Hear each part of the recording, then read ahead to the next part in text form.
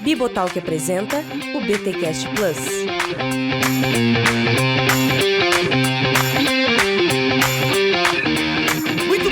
Muito bem, começa o segundo BTcast Plus. Eu sou o Rodrigo Bibo e é fundamental descobrirmos o que é o Evangelho, minha gente, é fundamental. E nós damos continuidade aí ao nosso BTcast Plus. Este episódio extra, ou melhor, estes episódios extras que estão rolando aqui em bibotalk.com. Não tivemos férias, meu amigo, sem férias para nós do Bibotalk. Você vai ter aí BTcast toda semana no mês de janeiro e isso é motivo de muita alegria para nós que produzimos esse conteúdo e para você que está ouvindo um negócio de qualidade. Meus irmãos, o nível, tá? Irmãs também. O nível desse papo que eu, o Cacau e o Igor estamos tendo é, sim, tá demais. Sabe por que eu tô dizendo que o nível tá bom, gente? Porque enquanto nós gravamos esses episódios, nós fomos muito edificados. A gente passava às vezes 2 horas conversando sobre igreja e a gente transmite um pouquinho para vocês nesse episódio que você vai ouvir agora. Nós estamos falando sobre o Igreja Centrada, livro de Timothy Keller, e a ideia é nós passarmos por todo o livro. Então, fica com a gente, porque tá demais. Simplesmente está muito edificante essa conversa. E olha só, para celebrar o BTcast Plus, ok? Para celebrar o BTcast Plus, a Vida Nova está dando 2 livros. Olha aqui, gente, que maravilha! 2 livros Igreja Centrada para nós sortearmos para os ouvintes do BTcast Plus. Então, como você faz para participar do sorteio de 2 livros Igreja Centrada, que é o livro que está pautando aqui a nossa conversa? Como você faz para participar desse sorteio? Bem, já que serão 2 livros que serão sorteados e 2 ganhadores diferentes, a primeira maneira de você participar do sorteio é: escreva o seu nome e o seu e-mail aqui nos comentários deste BTcast, ok? Então escreva o seu nome e o seu e-mail aqui na postagem do BTcast Plus 002. BTcast Plus 002. Então, mas como isso, Bibo? Bem, se você está ouvindo no Spotify ou está ouvindo em algum outro agregador de podcast, você tem que digitar lá BTcast Plus 002 Bibotalk. Tá? E aí você vai achar a postagem deste episódio, ou entre lá em bibotalk.com e procure o BTcast Plus 002. Aí você entra neste episódio e lá você vai comentar com o seu nome e o seu e-mail para participar do sorteio de um dos livros do Igreja Centrada de Timothy Keller, ok? A segunda maneira de participar aí é para quem tem Instagram. Se você tem Instagram, vá no feed do Bibotalk e lá no feed vai ter uma foto do livro, tá? E lá na foto do livro tem as instruções para você participar do sorteio. Mas basicamente é curtir a postagem, seguir o Bibotalk e Edições Vida Nova e marcar 3 amigos ali na publicação, tá bom? Mais detalhes, procure o feed, é só você digitar @Bibotalk no Instagram que você vai nos achar, beleza? 2 formas então de participar. Ah, Bibo, quem tem Instagram pode também participar no site? Pode. Você pode participar lá no Instagram e pode participar também aqui comentando o seu e-mail aqui na publicação deste BTcast. Ah, Bibi, eu não tenho Instagram. Bem, se você não tem Instagram, você pode participar aqui comentando, tá bom, gente? Vamos então para essa conversa maravilhosa que nós estamos tendo com Igor Miguel e Cacau Marques sobre o livro Igreja Centrada de Timothy Keller. Lembrando que se você ouvir em algum momento do papo nós falando BTcast App, é porque antigamente esse episódio iria se chamar BTcast App, mas como a gente não vai mais ter app, agora é BTcast Plus, ok? E eu não ia pedir pro Tuller ficar mudando cada vez que a gente falasse, beleza? Então se você ouvir, não estranhe, é porque era o primeiro nome que a gente ia dar para esses programas. Sem delongas então, vamos pensar um pouco sobre o Evangelho. Corre aí, vamos lá!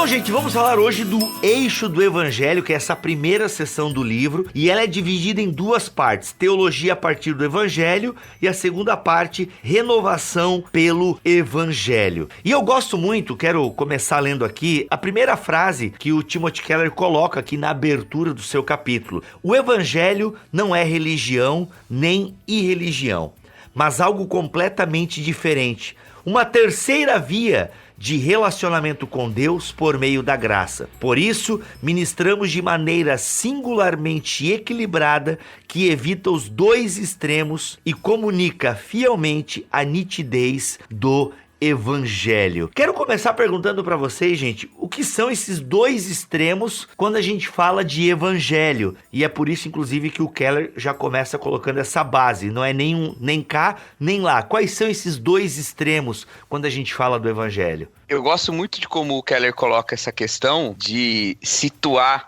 o evangelho entre esses dois extremos de religião e irreligião, porque ele vai colocar o extremo da religião como o legalismo, né? E o extremo da irreligião como o relativismo. Então, o evangelho não é a religião, porque ele não nos ensina um conjunto de regras pelas quais nós seremos aceitos, né? Um legalismo, um padrão que nós devemos cumprir para alcançar aprovação. Mas também não é irreligião no sentido de que não é tudo relativo ou aceitável, que não haja verdades absolutas ou que não haja parâmetros reais e verdadeiros sobre a existência, né? Então o evangelho não é nem uma coisa nem outra, mas é uma maneira de se relacionar com Deus que é real, verdadeira, pautada numa realidade, numa verdade proclamada, mas que não é a partir de obras nossas cumprindo um pré-requisito, entende? É algo que precisa ficar bem claro, inclusive, né? E é estranhamente confuso na mente das pessoas. É impressionante isso. Quando eu comecei o ministério, eu me espantei o quanto, da perspectiva pastoral, a gente percebe, né? O quanto as pessoas são ignorantes sobre o evangelho, porque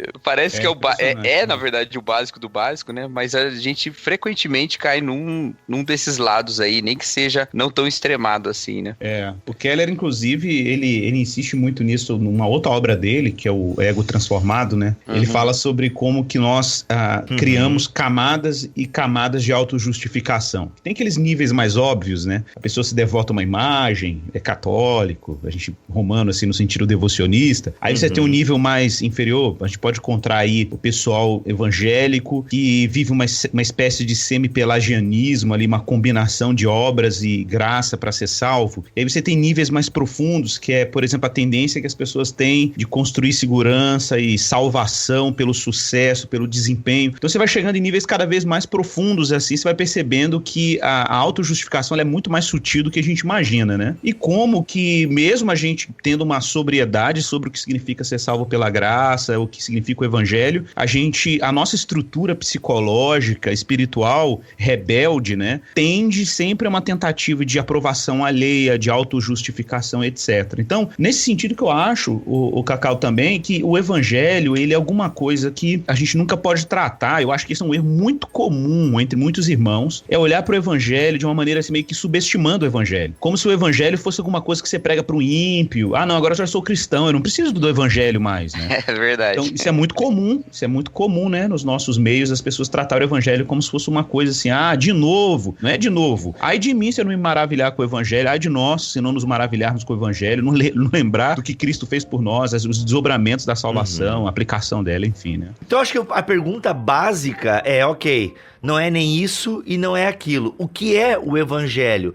E essa pergunta, eu realmente, há tempos atrás, eu acharia um absurdo ter que fazer um podcast para explicar o que é o evangelho. Eu confesso que a primeira vez que eu fui na Conferência Fiel, os palestrantes falando, né, e o que é o evangelho, eu falei, cara, sério que o cara tá falando para mim que Jesus morreu para perdoar os meus pecados e a graça? Tipo, eu fiquei um pouco incomodado com aquilo. Mas depois eu comecei a entender a importância de se bater sempre nessa mesma tecla. E aí, por isso que a gente faz um podcast para falar o que é o evangelho. É por isso que o Keller começa, né? Uma das suas principais obras, ele começa porque não tem igreja sem evangelho. Então, o que é o evangelho, gente? Então, primeiro assim, eu gosto demais dessa frase do Keller. Eu inclusive uso ela em algumas palestras, até na Atos 29, na conferência de Atos 29 que teve agora no Rio. Eu fui falar sobre uma resposta evangélica para o problema da justiça social, da injustiça social, da pobreza, né? E é muito comum entre os nossos irmãos que estão aí mais preocupados com a demanda da pobreza, as questões relacionadas à injustiça social, a participação política do cristão na vida pública, etc., que é uma área que eu tenho envolvimento, tenho interesse, né? Mas é muito comum o pessoal meio que equalizar o evangelho, às vezes não é nem com maldade, mas acaba acontecendo o pessoal equalizar o evangelho ou a fé com engajamento, ativismo social, alguma coisa dessa natureza. A gente também tem isso por outro lado, né? Por exemplo, é muito comum, já aconteceu isso comigo, da gente postar algumas ações sociais que a gente realiza na nossa igreja e o pessoal comentando embaixo, nossa, esse é o puro evangelho. E eu tenho que falar pra pessoa que não é o evangelho, né? Aquilo não é o evangelho. O evangelho, como diz o Keller, não diz respeito ao que eu tenho que fazer ou o que eu faço, né? E o próprio termo evangelho, né, que em grego é euangelion, né? E muita gente fala evangelion, mas tá errado porque tem um ditongo aí em grego, né, que é o epsilon com o y. Então, o ditongo sempre faz, o y sempre faz som de u. Então é euangelion. A aulinha de grego básica pra você aqui agora no BTcast App. Olha aí, ó. Muito bom. Direto do original. Não, esse é outro programa. Esse é do outro, é do Vitor. Então, o euangelion, que é essa boa notícia, o termo já deixa claro que é uma boa notícia, não é um bom conselho, né, como o Keller fala. Porque quando você fala de bom conselho, você tá falando de procedimentos, né? Você chega pra uma pessoa, posso te dar um conselho? Sim, ó, passo 1 você faz isso, passo 2 você faz aquilo. Não, boa nova é uma notícia. Notícia diz respeito a um evento que já aconteceu, um evento que já foi realizado, um feito, não é algo a fazer. Isso, né? É fantástico. E quando você descobre essa dimensão da boa nova, né, que é uma dimensão em que, puxa vida, a vida do cristão tá baseado, então você tem que relaxar primeiro, você não pode chegar assim, tá bom, entendi, agora eu sou crente, o que eu tenho que fazer? Não, calma.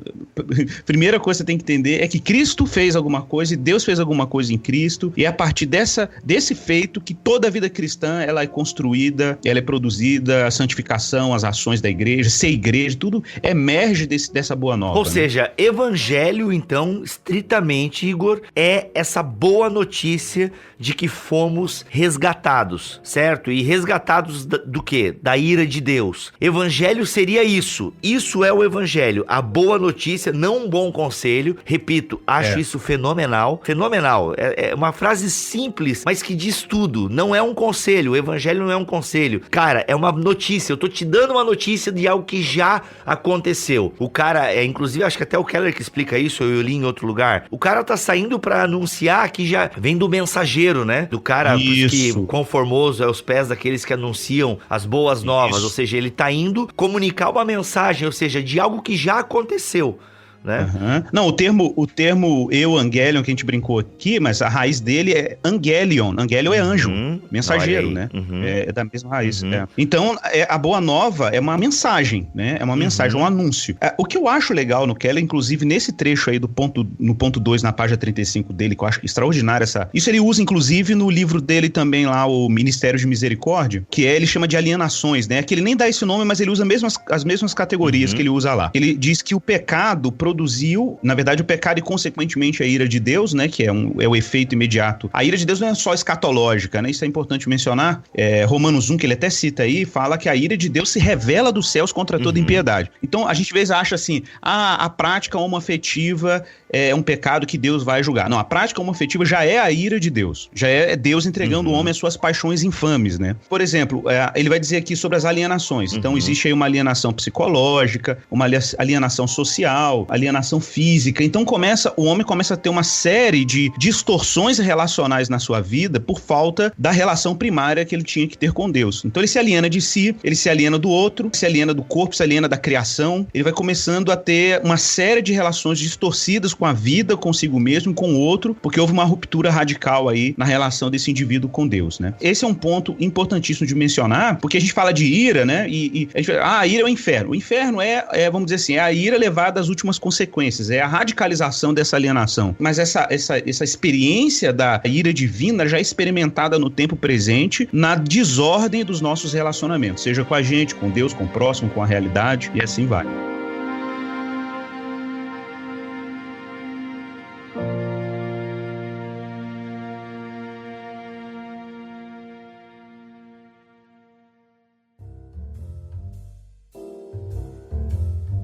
Cacau, interessante que no ponto 3 ele faz um resumo do evangelho. O que tu acha dessa questão Deus salva pecadores? Nessa primeira parte aqui do livro, que é a que a gente tá abordando nesse podcast, ele apresenta algumas maneiras de nós falarmos, né, do evangelho, de nós até resumirmos e expormos o evangelho. Ele até no capítulo seguinte, quando ele vai falar da riqueza do evangelho, que não é uma coisa simples, né, ele vai dizer sobre isso também. E uma das maneiras é essa, né, que Deus salva pecadores. Essa mensagem, ela é rica, maravilhosa, como o Igor falou aí. Como é que a gente pode não nos maravilhar disso? Ela é completamente contra-intuitiva, né? Como é que alguém culpado pode alcançar a graça, né? E é profundamente transformadora. Tem uma pregação do Keller na série Rise, que ele leva lá pra igreja dele, lá pra Redeemer, quando eles começam a intensificar, né, a ação da igreja na cidade de Nova York. E tem uma mensagem lá que chama Vidas Transformadas. Tem até no feed. Eu acabei de olhar aqui no feed do Timothy Keller. Ainda tá lá, do dia 7 de março de 2016. É muito legal que ele fala assim, se eu desse uma avaliação, uma prova aqui na igreja sobre o evangelho, provavelmente a maior parte de vocês ia tirar uma nota muito alta. Se eu pedisse, por exemplo, definição de justificação, de santificação, se eu pedisse para vocês a explicação do que é o sacrifício expiatório, vocês iam acertar, porque a gente bate muito nessa tecla aqui. Mas frequentemente, na vida dos irmãos, os irmãos falham na hora de aplicar o evangelho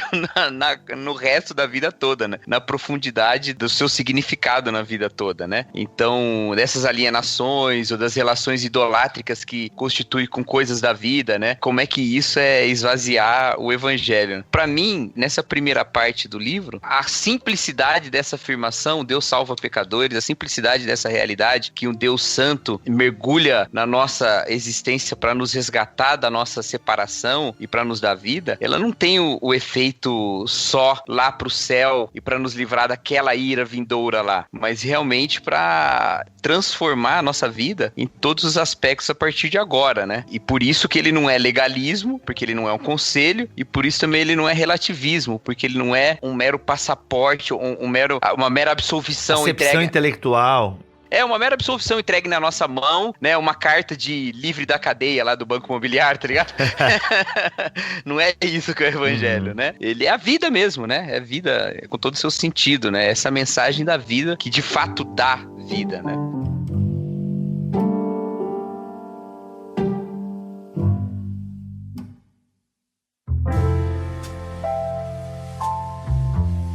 Igor, uma coisa que eu percebo te acompanhando pelas redes sociais, e até tu já falaste isso aqui em BTcast e em bibotalk.com, é a questão do evangelho e os resultados do evangelho, os efeitos do evangelho. Inclusive, até mesmo neste podcast, tu começa a tua fala na definição de evangelho, trazendo um pouco essa confusão. É muito comum em irmãos que lutam, né, pela justiça social, e realmente são pessoas que eu olho nas redes sociais e, cara, eu falo, meu, é isso aí, velho, é isso aí. Tem que lutar mesmo contra a escravidão, tem que lutar contra a pobreza, tem que ter a sandália suja da lama da favela, né? Claro, eles, não eu, né? Eu olho assim, acho bonito, mas eu mesmo não faço muita coisa. E aí a gente vê lá, exatamente como você falou, isso é o evangelho e a demonstração real do evangelho. Cara, por que a gente...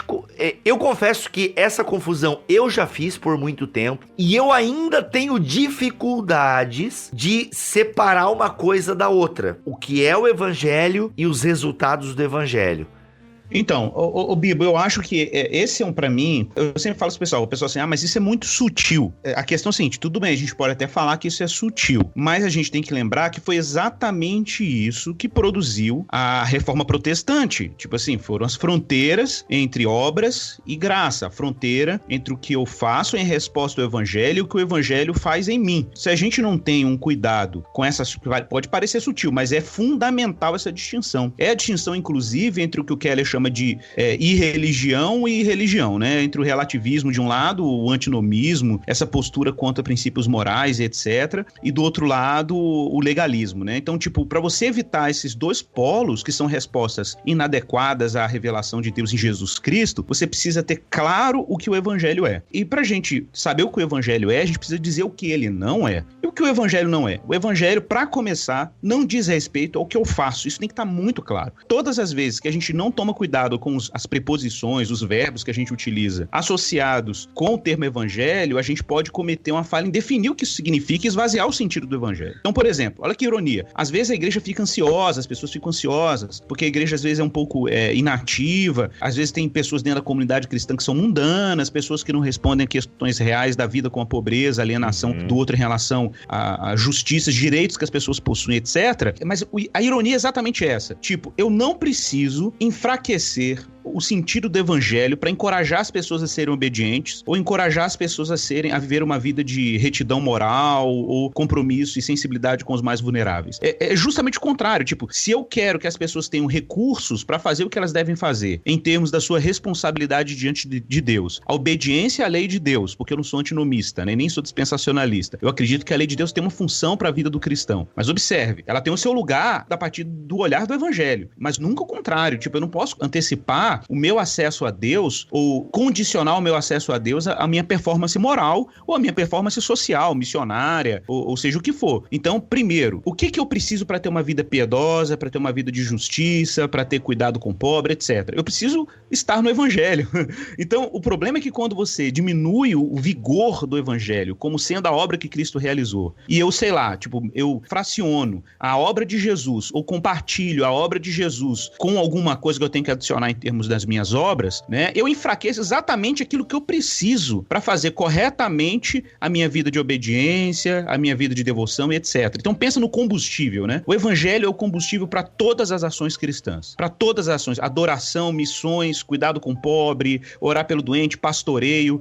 Tudo isso é alimentado por esse combustível que é o evangelho. Cara, se eu começar a confundir o combustível com os efeitos, eu enfraqueço exatamente aquilo que eu preciso para fazer bem feito as coisas que eu tenho que fazer. É isso que Lutero enxergou. Lutero enxergou foi isso na reforma, e os reformadores enxergaram isso. Falaram assim, caramba, sim, então peraí, se eu tenho que adicionar alguma coisa, que eram as obras de caridade lá, que eram a própria visão de indulgências da Idade Média, era isso. Era que existia a graça de Cristo, existiam as graças excedentes, que eram as graças produzidas por obras dos santos, né? E a igreja era um grande, como o catolicismo fala, despenseira da graça de Deus, e ela ia gerindo essas graças adicionais além da graça de Cristo. Ué, então a graça de Cristo não foi suficiente? Por isso que você tem que ter um solos Christus lá da reforma, para afirmar que não, Cristo foi mais do que o suficiente, a graça é mais do que suficiente. Então muita gente até fala assim, então entendi, já que então, tudo é pela graça, tudo é pela fé, posso fazer o que eu quiser. Aí a gente sabe como que essa frase é clichê, mas ela acontece, e ela é uma distorção radical do que significa o evangelho. E aí muita gente... Já acontecia no tempo de Paulo, hein? Já acontecia no tempo de Paulo.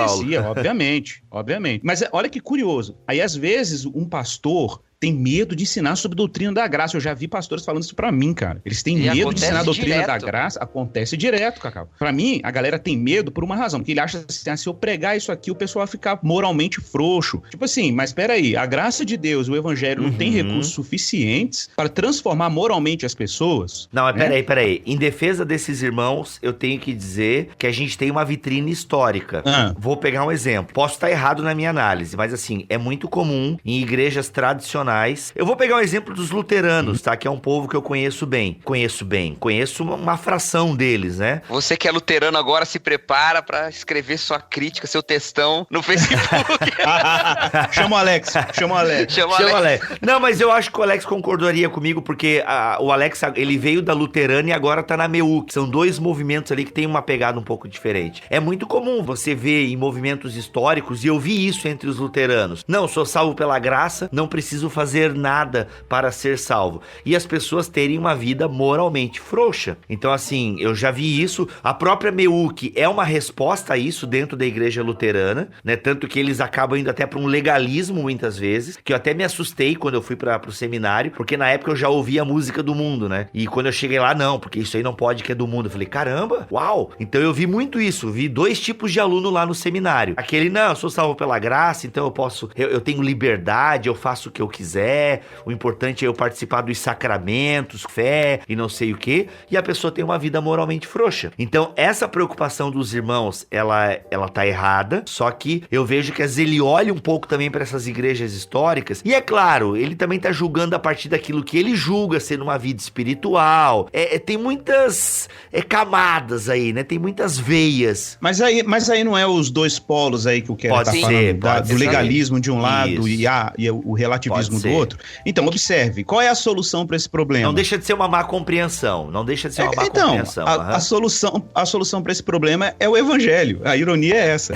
É o evangelho, não Muito tem outra bom. explicação. Entendeu? Tipo assim, a irreligião, ela emerge de uma distorção do que o evangelho é. Se a pessoa olha para o evangelho de uma forma distorcida, ele pode estar numa igreja histórica. E aí ele pode ter um olhar completamente distorcido do evangelho, porque ele não vê o evangelho como a fonte de onde emerge a piedade, a devoção e etc. E o outro, o legalista, também tem o mesmo problema, mas só que ele responde a essa distorção no outro extremo, né? No outro extremo. E eu não sei se também uma pessoa que vive uma vida num ambiente em que há uma preocupação com a moralidade das pessoas, se ela vive uma vida moralmente melhor. Eu acho isso muito difícil de acontecer. A minha experiência com os dois ambientes, né? Então, às vezes a gente fala assim, então tá bom, então a solução pro irmão luterano lá que distorce a doutrina da graça é, então, ir pra uma igreja moralista? Ele vai ficar melhor moralmente? Não vai nada, ele vai ficar um hipócrita. Ele vai ficar um hipócrita, Boa. Entendeu?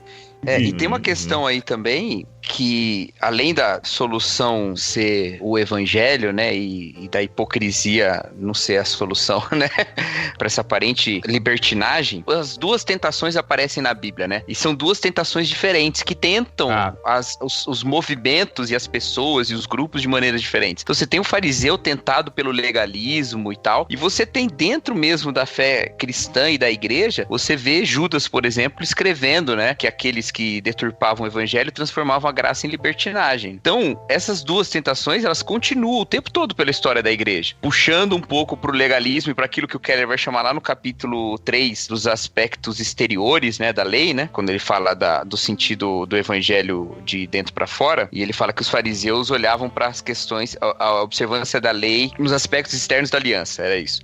Tem essa tentação o tempo todo, que é essa religiosidade hipócrita, e tem a tentação da libertinagem, né? E qual dos dois tá mais perto do evangelho? Acho que eles estão equidistantes. Exato, né? exato. Porque a fé verdadeira no evangelho, ela vai levar a uma conduta não para uma aprovação diante dos olhares da humanidade, mas por um real sentido da presença de Deus na nossa vida, né? Da presença dos efeitos do evangelho mesmo, né? Exatamente.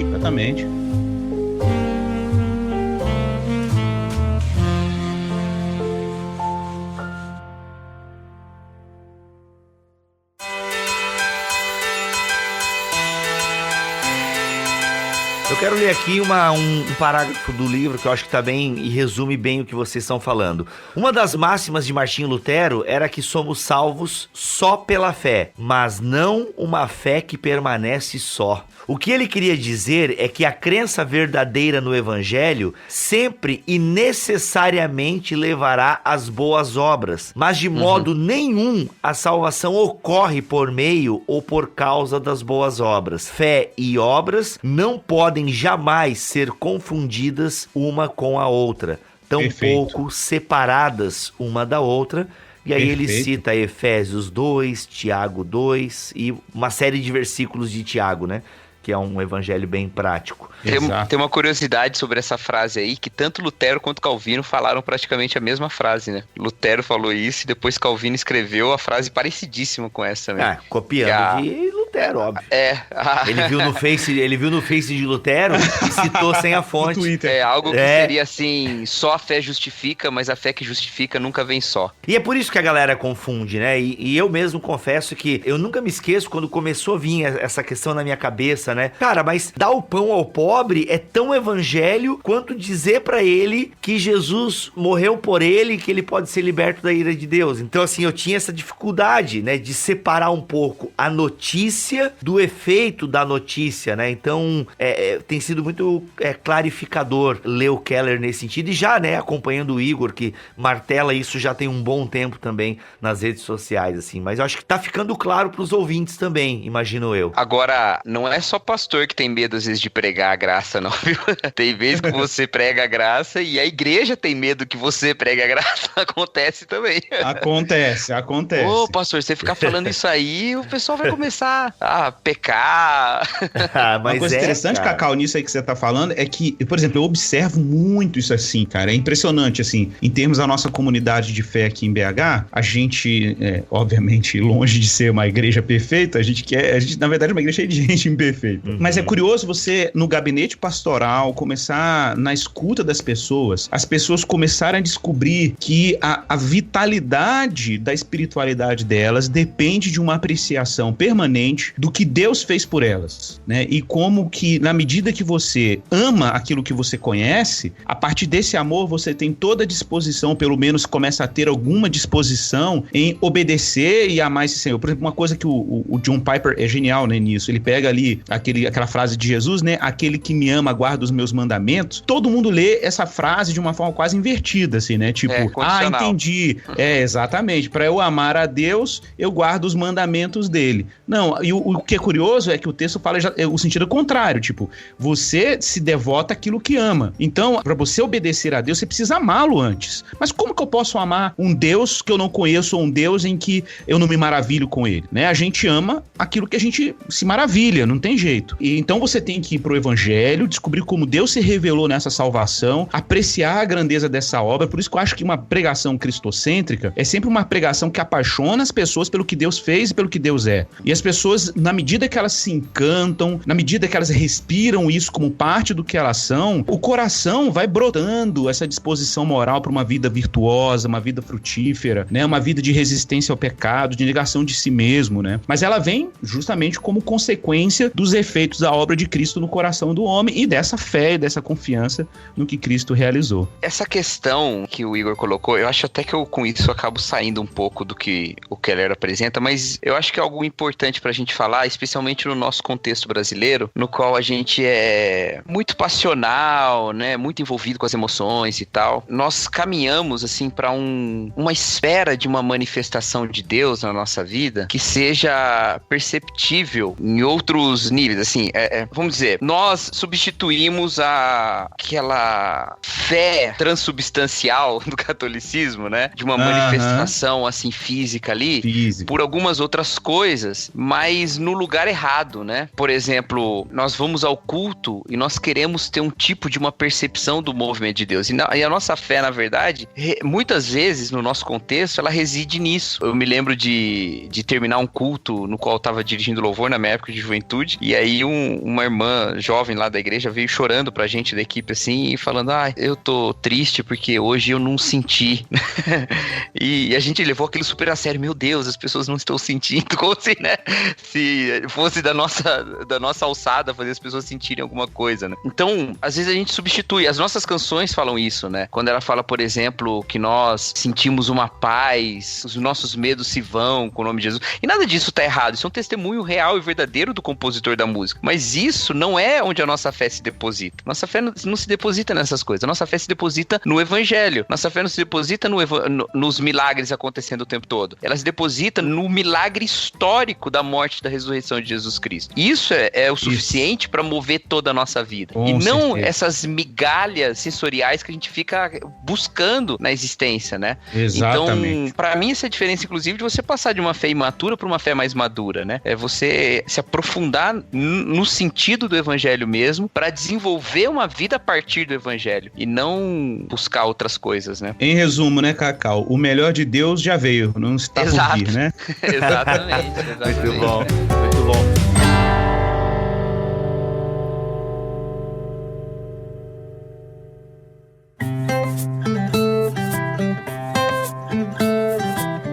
Mas dentro disso que o Cacau tem falado, eu tenho acompanhado algumas figuras do universo gospel aí, e assim, gente, de fato, o que a gente mais vê nos stories desse pessoal é a galera chorando, e a legenda, a presença de Deus é real aqui. Então, assim, hoje Deus desceu na sua igreja. É muito comum essas nomenclaturas, né? E a gente vê que o pessoal tá em busca, e muitas das músicas que fazem sucesso, e não tô entrando nem no mérito se a letra tá certa ou tá errada, errada, né? Mas só dizendo que são as músicas que tocam o quê? As nossas epidermes emocionais, assim. Nada a ver com o que eu tô falando, mas vocês estão entendendo, assim, tipo... É que a gente... Não, tem a ver, né? sim, é que a gente tá tão sobrecarregado com outras coisas e a gente tem uma vida, assim, tão turbulenta em várias áreas da vida que a gente quer uma mensagem epidérmica que me toque logo. Que venha e que me toque, eu já quero a presença. Então onde a gente cria, né? Os ambientes, eu chamo isso de alucinógenos litúrgicos, né? Então, eu já crio esse ambiente com a luz, com a fumaça, com a música, com a nota estendida, porque é o que eu preciso naquele momento, sabe? E aí eu vou lá, bato a foto, ponho a legenda, a presença de Deus tá nesse lugar. Assim, eu não tenho problema nenhum com emoção, pelo contrário, eu acho que a emoção inclusive, quando o Igor fala... Afeições espirituais aí do Exato, Edwards, o Jonathan Edwards, né? Inclusive, quando o Igor fala aí de nós, né, nos encantarmos por Deus na pregação do evangelho, né, uma mensagem que nos leve mesmo a essa afeição mesmo pela obra de Deus e tal, é maravilhoso, né? Mas não nesse caráter tão subjetivo e como uma exigência de evidência, né? Nós jogamos essa realidade do divino lá pro fundo do nosso coração e ele vai se manifestar lá e esse é o céu na gente. Eu acho que não, é mais olhar pra cruz mesmo, né? Porque vai ter dias, vai ter momentos em que nós vamos estar secos dessas experiências, porque isso acontece. Acontece de nós estarmos no deserto dessas manifestações e a gente só tem mesmo o evangelho pra se encantar com Deus, né? Você não tem outra coisa. Você vai orar e vai dar tudo errado. E você não vai ter um testemunho de falar, olha, eu orei e Deus me deu isso, olha, entendeu? Vai acontecer esse tipo de coisa, a gente vai passar por essas coisas. Mas nisso a gente também encontra Deus e também encontra o Senhor na cruz, né? No testemunho, na reconciliação. Então, por isso que a gente não deixa de louvar e de testemunhar e de cantar e de buscar, porque a gente sabe disso que Deus já deu pra nós, né? Carl, eu acho, inclusive, assim, pegando até um gancho aí do que você falou sobre essa dimensão dos amores, né? Isso é muito agostiniano, a gente vê essa tradição das afeições aí, né? Aí Agostinho, a gente vê isso, o próprio Calvino bate muito nesse ponto também, o Jonathan Edwards, C.S. Lewis, né? Então a gente vê esse rastro aí da noção de que, eu gosto muito daquela frase do Piper, né? Ele fala, Cristo não é apenas confiável, ele é desejável, né?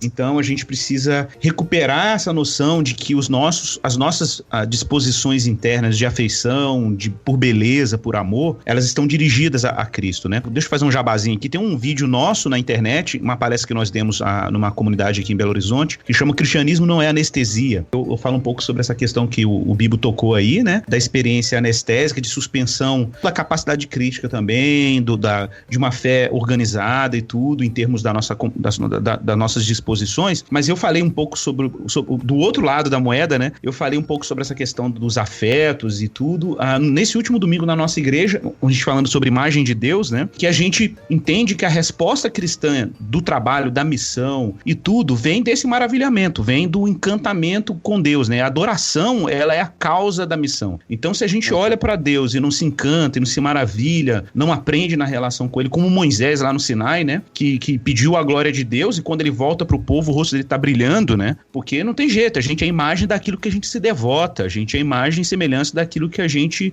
se encanta, né? Então, a gente vai para um mundo em missão, encantando o mundo, mas como diz o N.T. Wright, né? Ele fala que a gente é como um espelho angular, né? Então a gente não tem luz própria, mas a gente reflete a luz daquilo que a gente está contemplando, né? E então a gente não pode abrir mão desse elemento da apreciação do que Deus fez, que é o que o Evangelho narra pra gente, com a missão. Esse lance da narrativa aí, pra mim, é uma coisa que eu tenho insistido muito lá na igreja, que eu acho que o James Smith acerta muito também, que a ideia de que o Evangelho é uma narrativa, e não necessariamente, mas claro que também que a gente pode falar assim, o Evangelho são proposições sobre como Deus salva.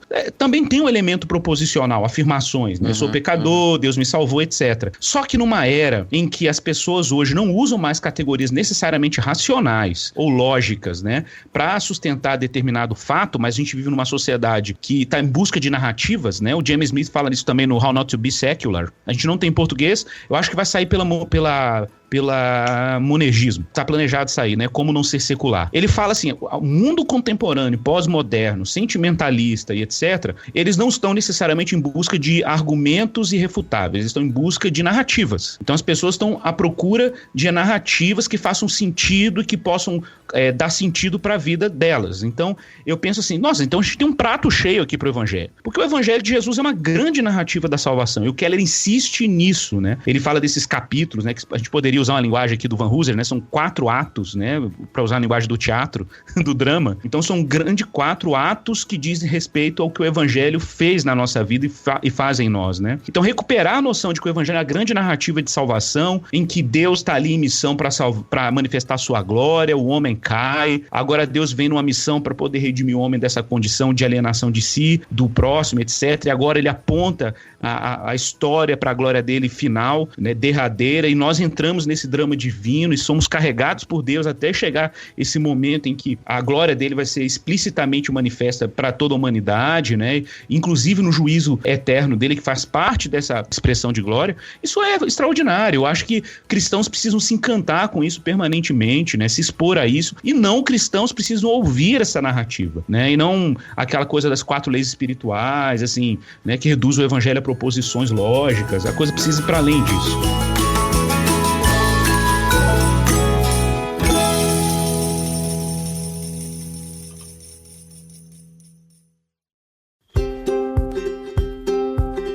Gente, eu quero fazer uma pergunta que foge um pouco aqui, não foge muito, mas é porque assim, a gente tá falando então do Evangelho, o que é o Evangelho, o que não é o Evangelho, estamos separando o Evangelho dos resultados do Evangelho, tudo isso tem ficado muito claro ao longo deste programa. Bem, eu espero.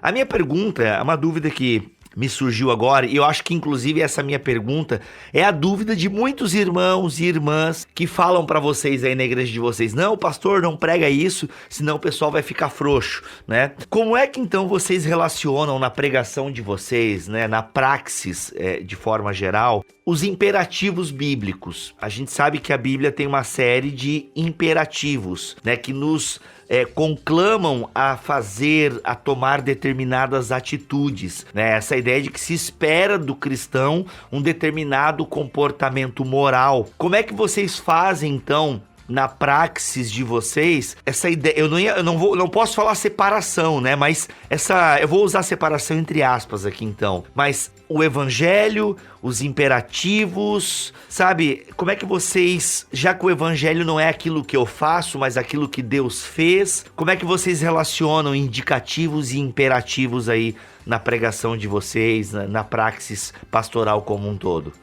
Eu acho que para a gente entender isso, a gente precisa entender a doutrina da santificação em relação com a doutrina da justificação. Quando o apóstolo Paulo saúda a igreja, por exemplo, como os santos e fiéis, ele parece estar tocando dessa forma também, né? Em Efésios, né? Saúda. Em outros lugares ele também chama, mas em Efésios isso é interessante, porque santos e fiéis parece ser 2 termos que realizam bem o que o livro de Efésios explica, né? Do capítulo de 1 a 3 ele fala de uma questão posicional, né? Você é santo, porque você está santificado em Cristo. Você é santo pelo mérito de Cristo. Você está sentado com Cristo nas regiões celestiais, né? Então, num princípio de justificação, os méritos do santo são atribuídos a você. Em termos de mérito, que não são seus, mas de Jesus Cristo, você herda, é imputado, né, essa realidade. Agora, na nossa vida de luta, que aí é a segunda metade do livro de Efésios, né, nós lutamos para corresponder à nossa situação atual, a essa posição que nós ocupamos, né? Então, para ter uma conduta que seja uma conduta digna da vocação a que fomos chamados. Assim que ele começa a segunda metade do Evangelho de Efésios,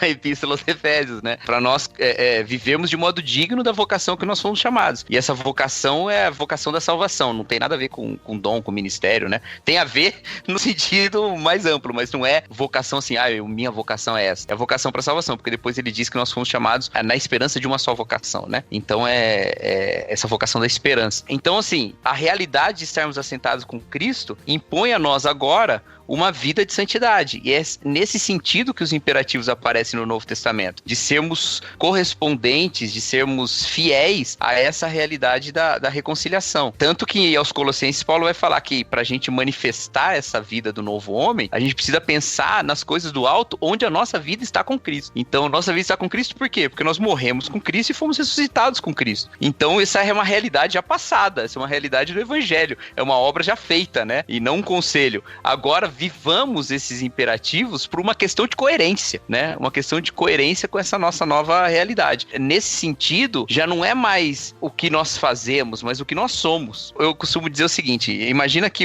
a salvação, de fato, não é imaginar, é usar um linguajar bíblico, né? A salvação nos livra da prisão. Nós estávamos presos ao pecado, nós estávamos presos à condenação, e a salvação nos tirou da prisão, né? A reconciliação com Jesus Cristo, o sacrifício de Jesus na cruz. Nós estamos livres. Uhum.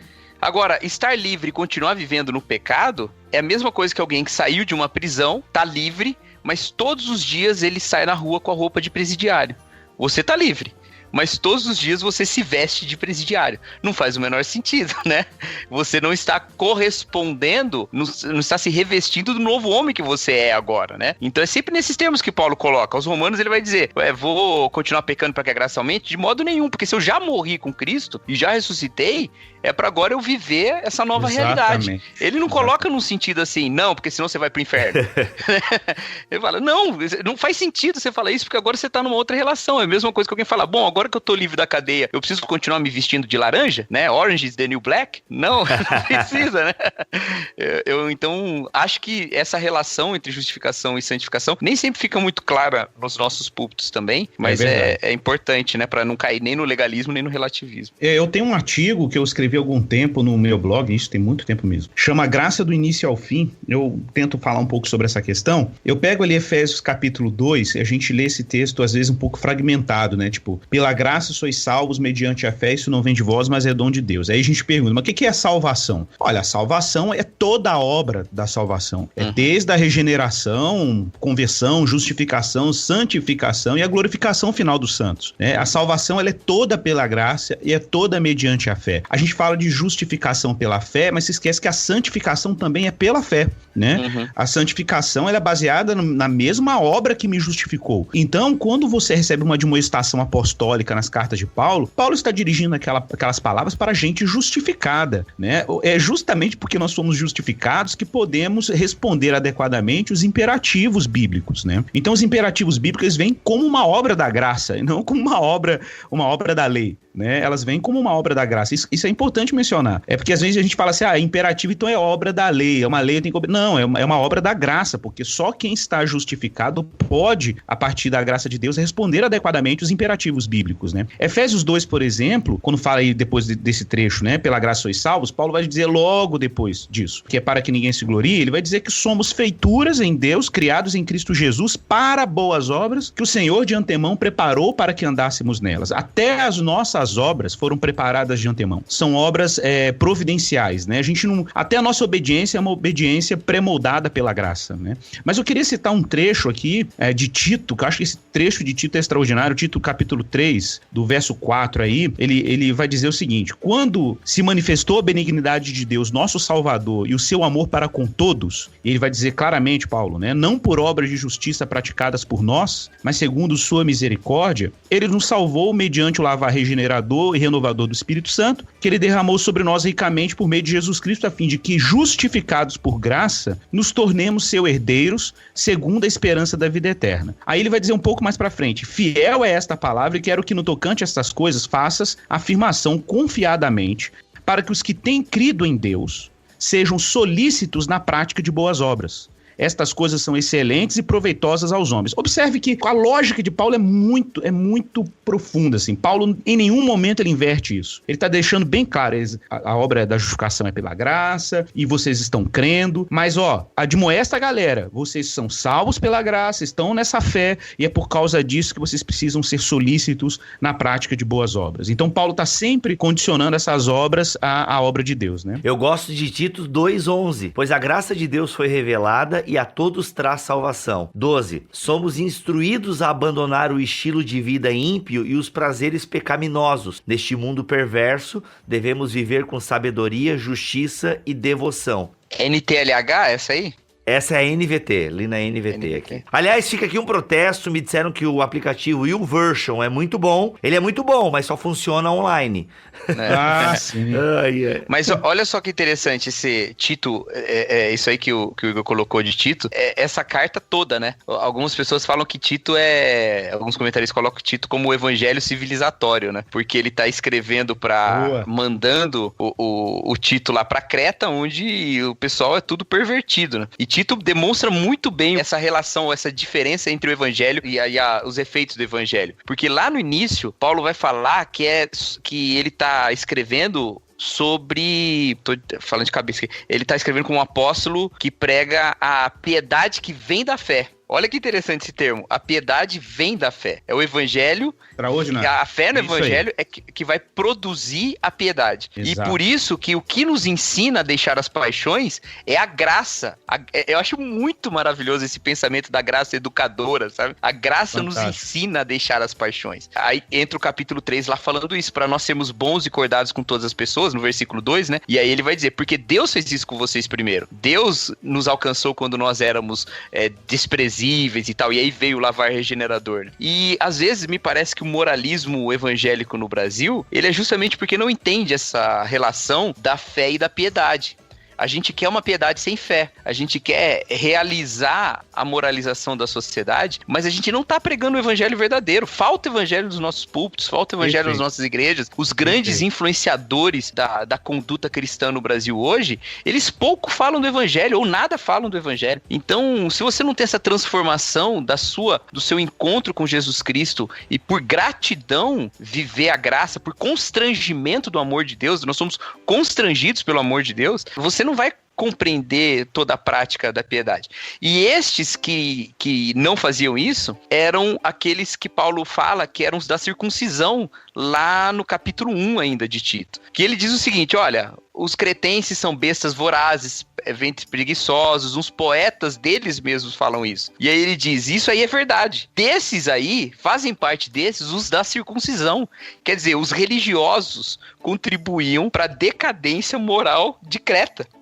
Porque eles acreditavam, eles estavam apegados ao legalismo, mas o legalismo não gera piedade, não gera transformação de conduta. O que gera de fato uma transformação, vamos dizer assim, sustentável da nossa vida é a graça que nos ensina a refrear as nossas paixões, né? Então, não adianta. O Brasil não muda se nós não pregarmos o evangelho. Se a gente ficar com moralismo, não vai mudar, não. Exatamente. Tem que pregar o evangelho que vai levar uma conduta como a de Cristo. Exatamente. Não, e isso aí, Cacau, é interessante porque tem pastores, isso é muito comum, assim, tem pastores... Hoje a gente tá metendo o pau nos pastores, né? Mas tá bom. É colega de ofício. Olha aí. Colega de ofício. 3 pastores aqui, tá podendo. Colega de ofício. Vamos lá. Não, isso aqui eu acho que é importante. Por exemplo, a gente chega numa comunidade de fé e é muito comum as pessoas pensarem assim, beleza, eu fui salvo pela graça, esse evangelho me salvou quando eu tava lá no mundo, o irmão fez um evangelismo, eu me converti, etc. Aí agora que eu tô salvo, como é que eu vivo, né? Eu vivo a partir do quê? E é muito comum as pessoas acharem que a partir daquele momento agora é moralismo. Agora o pau vai quebrar porque eu tenho que andar na lei, não posso ouvir música do mundo. Aí vem aquele aparato de regras morais e a coisa parece que desprega, desconecta dos grandes feitos de Deus em Cristo, que é o evangelho, né, que você descreveu aí. E falta então essa doutrina da santificação com raízes muito bem fincadas na justificação, como você mencionou, né? Falta essa simbiose aí, né, entre a nossa obediência e uma obediência que, como diz Paulo em Romanos 5, né, nós estamos firmes por essa graça, né? Então é muito importante essa observação sua aí por isso.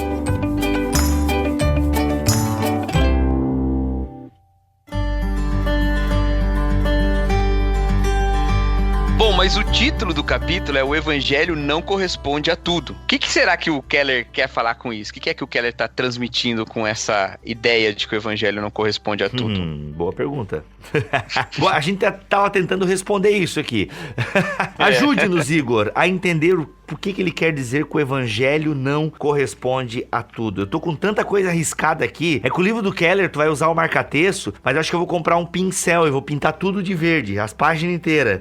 Porque é tudo muito bom, cara. Muito bom mesmo. Então, eu acho que essa frase, esse título provocativo do capítulo aí em questão, ele é interessante porque quando você dissolve o evangelho em coisas demais, que na verdade não são tanto assim, você acaba não dizendo nada ou pouca coisa sobre o que o evangelho é de fato. Então, acho que essa redução do evangelho, ou essa dissolução, vamos dizer assim, do evangelho em outras coisas, você torna o evangelho aguado, sabe? Então, por exemplo, quando você precisa complementar a obra de Cristo com qualquer outra coisa, e lembrando aqui que a gente fala das coisas óbvias, né, moralismo, etc., mas a gente poderia colocar aqui a performance. Cara, quantas vezes a gente escuta isso, assim, as pessoas falando assim, o Keller fala muito sobre isso, a igreja verdadeira é a igreja que faz missões. Olha que coisa interessante isso aqui, porque isso é muito comum. A igreja verdadeira é uma igreja que faz missões, uma igreja verdadeira é uma igreja que cuida do pobre, que expulsa demônio, que cura doente, que tem um louvorzão, que adora, né? E aí a gente tem várias, uma igreja verdadeira é uma igreja doutrinária, né? Uma igreja ortodoxa e etc. A gente vai colocando essas ênfases e aí parece que a gente faz de forma artificial, aí você fala assim, não, então tá bom. Já que uma igreja boa, uma igreja que faz trabalho social, vamos fazer trabalho social. A gente sempre coloca a atenção da saúde da igreja no que fazemos. Ao invés de concentrar o trabalho para que a igreja faça tudo que ela tem que fazer naquilo que Cristo fez. Então, por exemplo, a energia que a igreja precisa, inclusive para responder adequadamente os desafios que ela tem que ter enquanto igreja, está justamente em concentrar isso na obra de Cristo. Quando você diz que o evangelho não é tudo, você já está deixando claro que o evangelho diz respeito a uma coisa particular, da qual e de onde todas as coisas são afetadas e dependem. Né?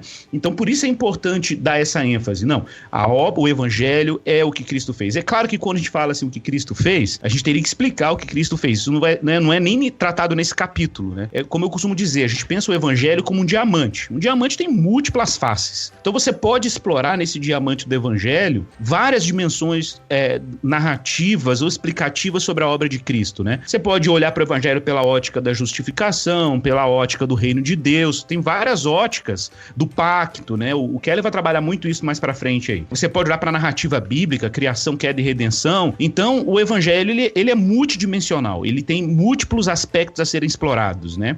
Em termos do que Deus está fazendo ali em Jesus Cristo. Mas, de qualquer forma, apesar de toda a riqueza, porque ele vai dizer que o evangelho é simples, mas não é simplista, né? De qualquer maneira, a gente tem que lembrar que você dissolver a obra de Cristo em qualquer coisa que façamos, inclusive o ativismo da igreja e as atividades da igreja, é você enfraquecer aquilo que a igreja precisa para ser o que ela tem que ser, né? Então, esse para mim é um ponto importantíssimo desse capítulo, dessa ênfase do Keller, porque é a vitalidade. Por isso, não é à toa que chama igreja centrada, ela emerge desse núcleo duro, até como ele fala aqui, né? O evangelho, ele é infinitamente rico e consegue suportar o peso de ser o elemento principal da igreja. Pensa que... É maravilhoso isso. Não é? Tem rigor suficiente, tem rigidez num bom sentido, assim, né? Tem substância suficiente para carregar tudo aquilo que a igreja faz. Então a gente não precisa dissolver esse fundamento em nada que não seja ele mesmo. Muito bom. Eu acho maravilhoso quando eu tô lendo... Eu presto muita atenção nas saudações que Paulo traz nas epístolas, né? E uma coisa que chama atenção é quando Paulo escreve aos Coríntios e em tudo ele vai relacionar todos os problemas ali daquela igreja com o evangelho, né? E a gente gosta de falar que a igreja aos Coríntios era a pior igreja que existia, né? Tal. Mas isso aí pra mim é anticorintianismo um pouco. Mas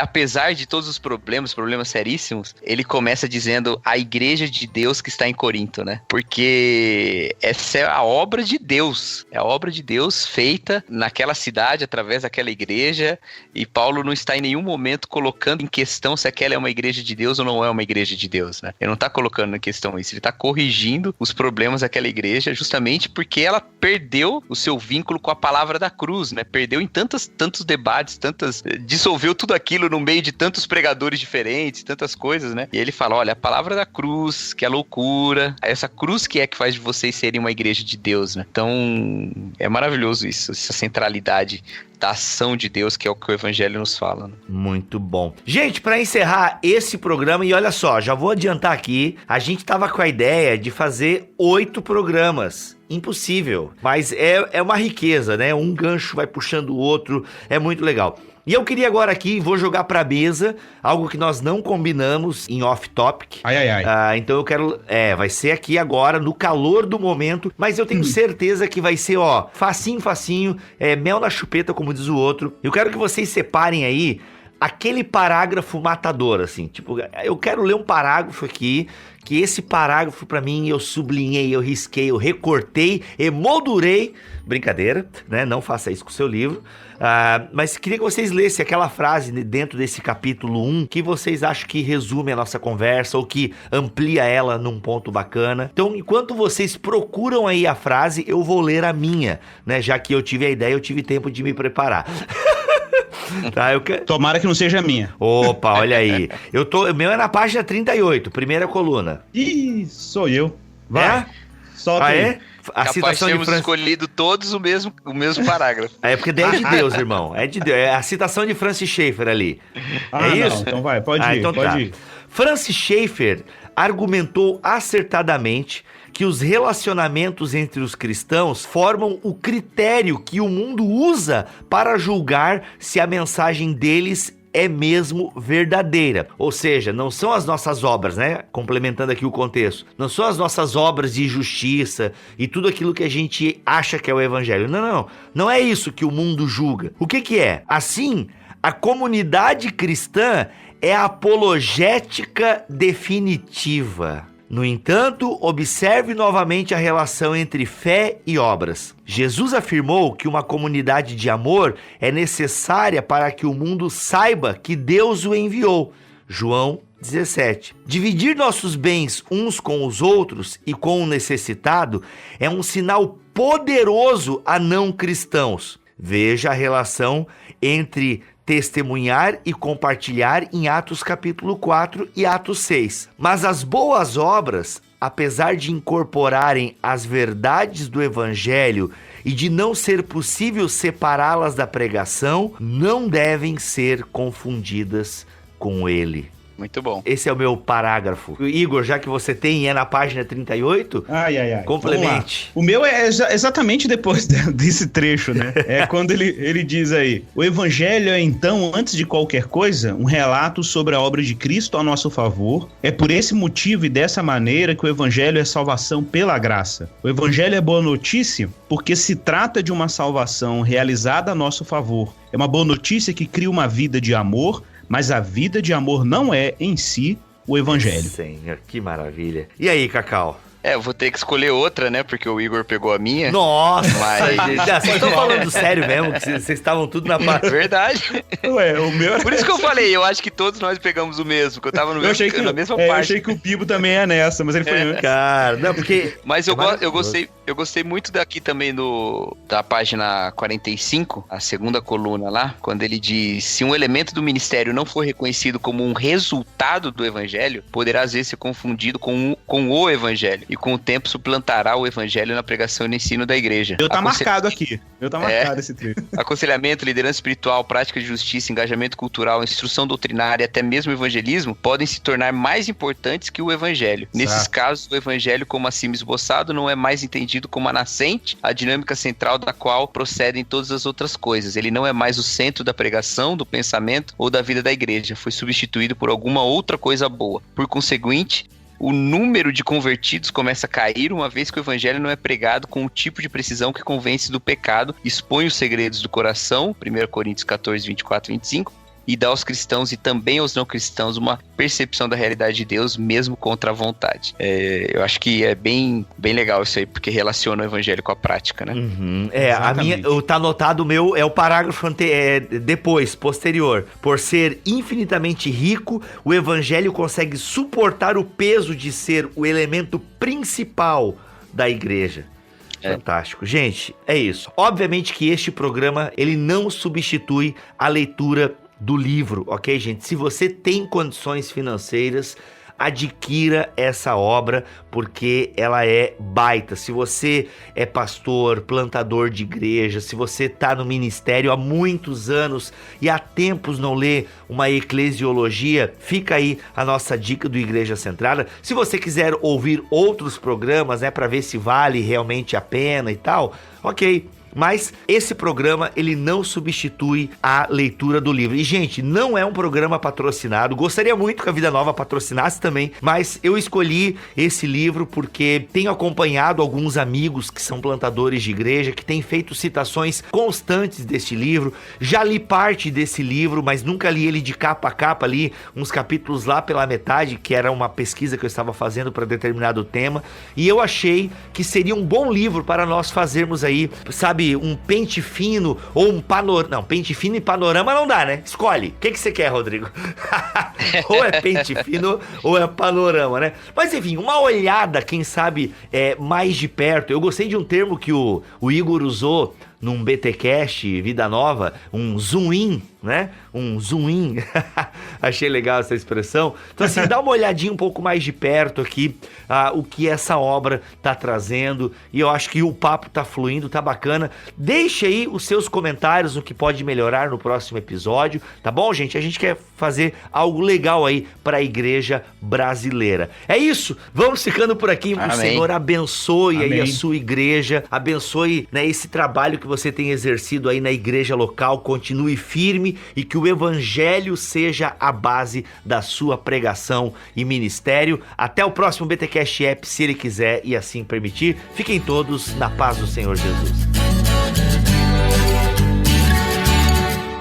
Este podcast foi editado por Bibotalk Produções.